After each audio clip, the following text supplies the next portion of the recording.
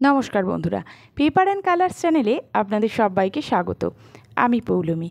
আমার আজকের নিবেদন দুর্গাপুজো সম্পর্কে 10 লাইন, গতানুগতিক নয়, একটু অন্য ধাঁচে লেখা, ছোট বড় সকলের উপযোগী। আশা করি লেখাটি আপনাদের ভালো লাগবে। আসুন শুরু করা যাক। 1. দুর্গাপূজা হলো হিন্দু ধর্মের একটি প্রধান উৎসব এবং এটি বাঙালিদের শ্রেষ্ঠ উৎসব।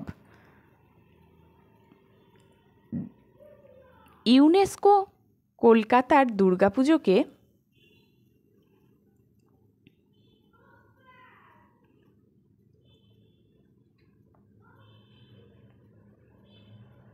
মানবতার অধরা সাংস্কৃতিক ঐতিহ্য হিসাবে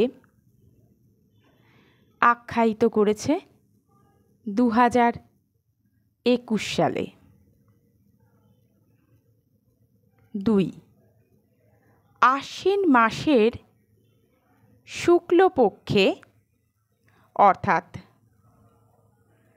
শরৎকালে দেবী দুর্গার আগমন হয়, তাই এই উৎসব শারদীয়া উৎসব নামে পরিচিত। 3. শরতের পেঁজা তুলোর মতো আকাশের মেঘ, পরিষ্কার নীল আকাশ, সবুজ মাঠে সাদা কাশফুলের দোলা, ভোরবেলা শিশির ভেজা ঘাস আর শিউলি ফুলের গন্ধ জানান দেয় দেবী দুর্গার আগমনী বার্তা। 4.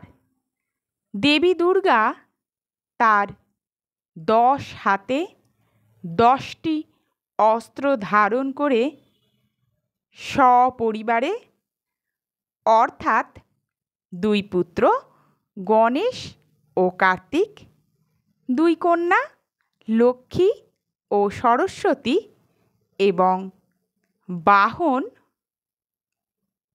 সিংহকে নিয়ে মর্ত্যলোকে আগমন করেন। 5. মহালয়ার দিন থেকে শুরু হয় দেবী পক্ষের সূচনা। ওই দিন ভোরে উঠে রেডিওতে মহালয়া শোনা বাঙালিদের আবেগ। শিশিরে শিশিরে শারদ আকাশে গানে ঢাকের বাদ্যিতে মুখরিত হয় আকাশ বাতাস।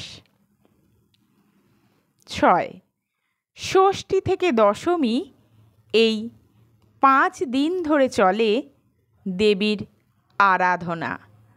ষষ্ঠীতে বোধন আর দশমীতে হয় দেবীর বিসর্জন।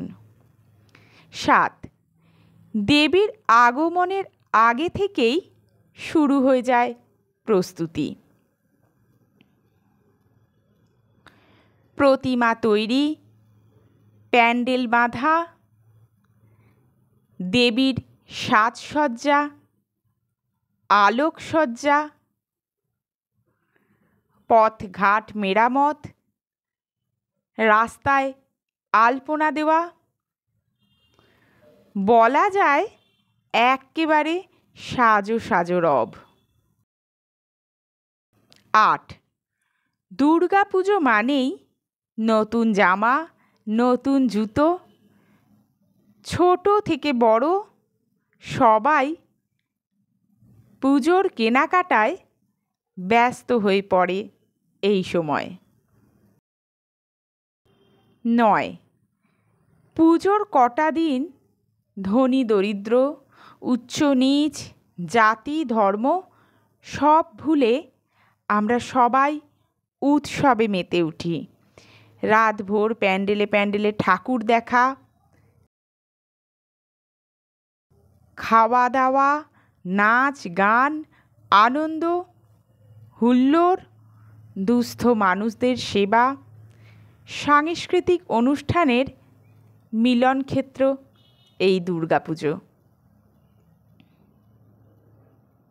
10 দশমীতে মাকে বরণ করার পর সিঁদুর খেলায় মেতে ওঠে মা বোনেরা।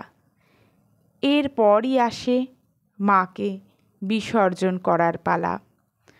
চোখের জলে মাকে বিদায় দিয়ে আমরা পরের বছরের অপেক্ষা করে থাকি। ধন্যবাদ ভিডিওটি সম্পূর্ণ দেখার জন্য।